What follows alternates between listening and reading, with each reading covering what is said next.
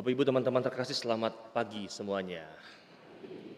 Saya 3 poin hari ini, analogi, isi, dan penutup supaya tidak lari kemana-mana. Semoga dipahami. Analoginya begini, tema besarnya kan bagaimana kalau Anda ingin menjadi yang terbesar, jadilah seorang pelayan. Di sebuah kerajaan anta beranta itu ada seorang raja yang memiliki sebentuk cincin yang mempunyai kekuatan magis. Cincin ini tuh mengapa dibilang memiliki kekuatan magis, karena ternyata cincin ini tuh mampu mengubah orang yang menggunakannya menjadi lebih rendah hati dan juga lemah lembut terhadap semua orang. Jadi keajaiban cincin ini adalah bisa mengubah orang yang menggunakannya menjadi orang baik, rendah hati, dan lemah lembut kepada semua orang. Lalu muncul persoalannya raja ini sudah tua dan hendak mewariskan cincin itu kepada putranya. Dia mempunyai 2 orang putra yang sangat dicintai, tidak ada perbedaannya. Sehingga apa yang terjadi, dia tidak bisa memutuskan siapa yang berhak memiliki dari kedua putranya itu. Sang raja memutar otaknya, lalu dia mempunyai ide untuk menduplikat cincin itu menjadi 2 dengan rupa yang sangat-sangat mirip menyerupai cincin aslinya. Dan menjelang kematiannya, dia memanggil kedua anak itu secara terpisah dan memberikan cincin masing-masing dari keduanya. Lalu yang terjadi adalah ternyata kedua anak tersebut itu mengetahui bahwa mereka itu mempunyai sama-sama cincin, dan mereka pun bertengkar di antara mereka, siapakah di antara mereka yang mempunyai cincin yang asli. Lalu dia membawa ke hakim yang bijaksana, lalu hakim tersebut juga memberitahukan kepada kedua anak ini, saya tidak bisa membuktikan manakah dari antara keduanya itu cincin yang asli. Yang bisa membuktikan adalah kalian sendiri. Lalu sontak kedua putra tersebut itu mengatakan, mengapa kami yang harus membuktikannya? Dan hakim itu menjawab bahwa cincin yang asli akan membuat pemakainya bersikap rendah hati dan lembut hati kepada semua orang. Dan hanya dengan begitu rakyat dalam kerajaan ini mengetahui siapakah raja mereka yang sebenarnya. Nangkep ya? Gampang kan? Pesannya bagi saya jelas, sangat clear. Bahwa dalam kerajaan yang anta beranta itu, keabsahan sebuah pemerintahan harus tampak dalam semangat kerendahan hati dan kelemah lembutan. Siapa saja kedua anak raja yang lebih banyak mewujudkan kerendahan hati dan kelemah lembutan dalam hidupnya, dalam pemerintahannya, maka ia akan diangkat untuk menjadi raja di dalam kerajaan itu. Poin pertama.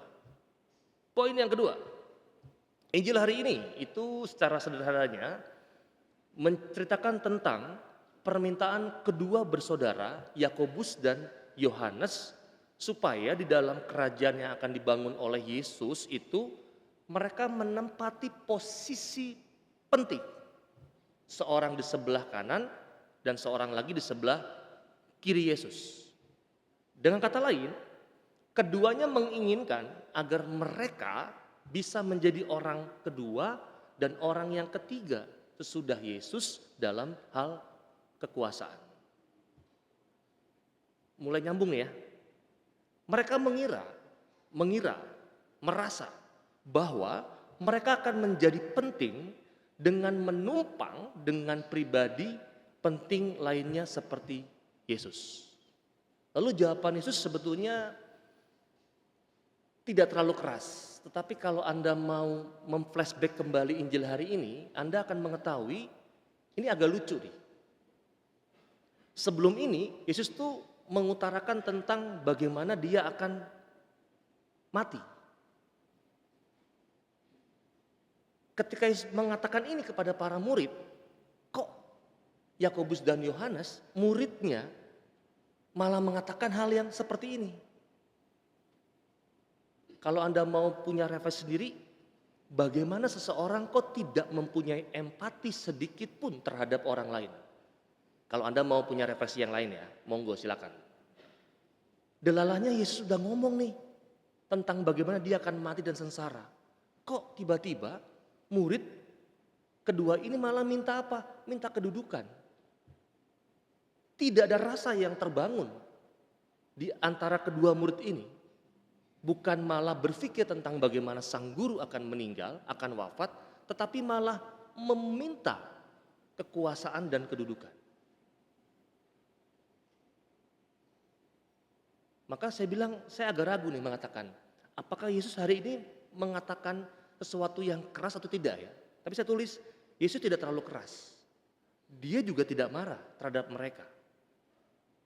Dia mungkin menyadari bahwa setiap kehidupan bersama itu membutuhkan yang namanya kepemimpinan. Dan pemimpin harus ada untuk memimpin dan membimbing. Maka kita bisa membayangkan konflik bisa muncul dalam kehidupan bersama yang tidak mempunyai pemimpin. Namun, ada suatu hal yang tidak disukai Yesus. Yakni apa? Motivasi yang ada di balik permintaan itu. Mereka ingin menjadi pemimpin karena mau memerintah, karena mau mendominasi, karena mau memperoleh kehormatan, karena mau mempunyai popularitas dan kemasyhuran. Karena itu, dia menjelaskan secara terperinci tentang apa artinya menjadi seorang pemimpin. Menjadi pemimpin berarti menjadi hamba atau pelayan untuk orang lain. Clear? Yang ketiga penutupnya. Lalu bagaimana apa yang bisa Anda bawa pulang? Bapak Ibu teman-teman, kalau kita mau men-flashback kembali pengalaman seorang hamba zaman-zaman kerajaan dulu, hamba itu kan seseorang yang tidak mempunyai hak, tetapi hanya mempunyai kewajiban. Dia dibeli, dia dikuasai oleh tuannya. Maka seorang hamba itu pasti tidak mempunyai hak. Yang dia punyai adalah hanya kewajiban. Maka pasti pribadi seorang hamba adalah pribadi yang selalu siap. Siap Anda bisa menyingkatnya SIAP. Selalu ingat akan panggilan. Itu siap. Maka ketika mau mengatakan tentang menjadi seorang hamba yang merupakan keutamaan Kristiani, hamba juga bisa Anda singkat HAMBA. Hanya hangat, A-nya itu andal, M-nya itu militan, B-nya itu adalah bahagia, dan A-nya adalah aktual atau real. Nah, kalau keutamaan ini selalu ada dan diingat oleh Anda bahwa kita semua adalah hamba, aman sebetulnya. Nah, problemnya kita tidak bisa membedakan dalam dunia ini kita hamba atau kita pimpinan. Apakah seorang pimpinan tidak bisa mempunyai sikap seorang hamba? Jawabannya bisa. Jelas? Akhirnya saya mau mengatakan dalam quotes Bunda Teresa dari Kalkuta, ini refleksi pagi saya, apabila kebaikanmu diabaikan, apabila orang lain salah paham atau mencurigai dan berpikir buruk tentang perbuatan baikmu, tetaplah berbuat baik. Titik. Udah tidur lagi nih. Cukup ya? Semoga dipahami.